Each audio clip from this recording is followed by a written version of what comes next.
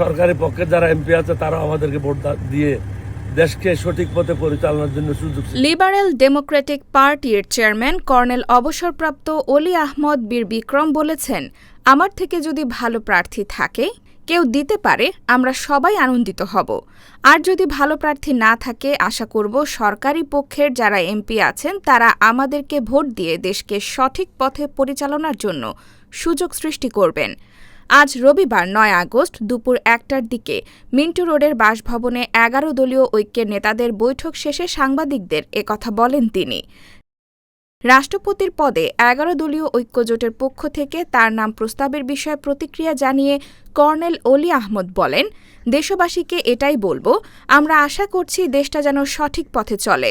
১১ দলীয় ঐক্যজোটের ১১ দল সম্মতিক্রমে আমার নাম প্রস্তাব করেছে এবং প্রেসের সামনে এটা প্রকাশও করেছে। আমি একজন মুক্তিযোদ্ধা, ৩ বার মন্ত্রী ছিলাম, ৬ বার এমপি ছিলাম। আমার বিরুদ্ধে কোনো ধরনের স্ক্যান্ডাল নেই, আমার বিরুদ্ধে কোনো দুর্নীতির অভিযোগ নেই।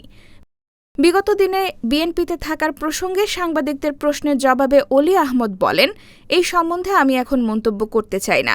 সময় আসুক, এখনও তো অনেক দেরি আছে। আমরা এখনও অ্যাপ্লিকেশন করি নাই। অ্যাপ্লিকেশন করি, তারপরে কি হয় দ্বিতীয় পর্যায়ে গিয়ে আপনাদের সঙ্গে কথা হবে। এর আগে তাকে রাষ্ট্রপতি পদে মনোনয়ন দেয় জামায়াতে ইসলামীর নেতৃত্বাধীন ১১ দলীয় ঐক্য।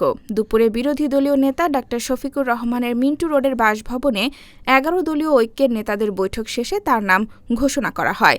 বৈঠক শেষে দুপুর ১২টা ৫০ মিনিটের দিকে এ বিষয়ে সাংবাদিকদের ব্রিফ করেন বিরোধী দলীয় চিফ হুইপ ও জাতীয় নাগরিক পার্টির আহ্বায়ক নাহিদ ইসলাম।